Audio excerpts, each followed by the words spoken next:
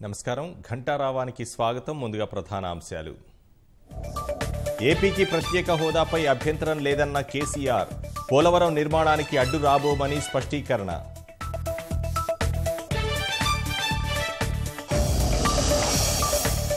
తెరాస వైకాపాలు కలిపి 36 ఎంపీ సీట్లు ఖాయం వచ్చే ప్రభుత్వంలో ప్రాంతీయ పార్టీలే కీలకమన్న కేసీఆర్ 11 నాటి పోలింగ్కు ఈసీ సర్వసన్నద్ధం రేపటితో ముగియనున్న ఎన్నికల ప్రచారం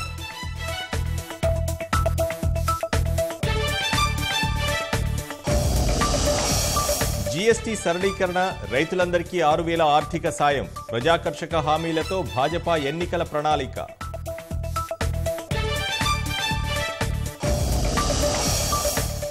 సర్కారీ కొలువులకు దరఖాస్తు రుసుం రద్దు ఆరోగ్య హక్కు చట్టం కాంగ్రెస్ అధికారంలోకి వస్తే ప్రాధాన్యాంశాలు ఇవే అన్న రాహుల్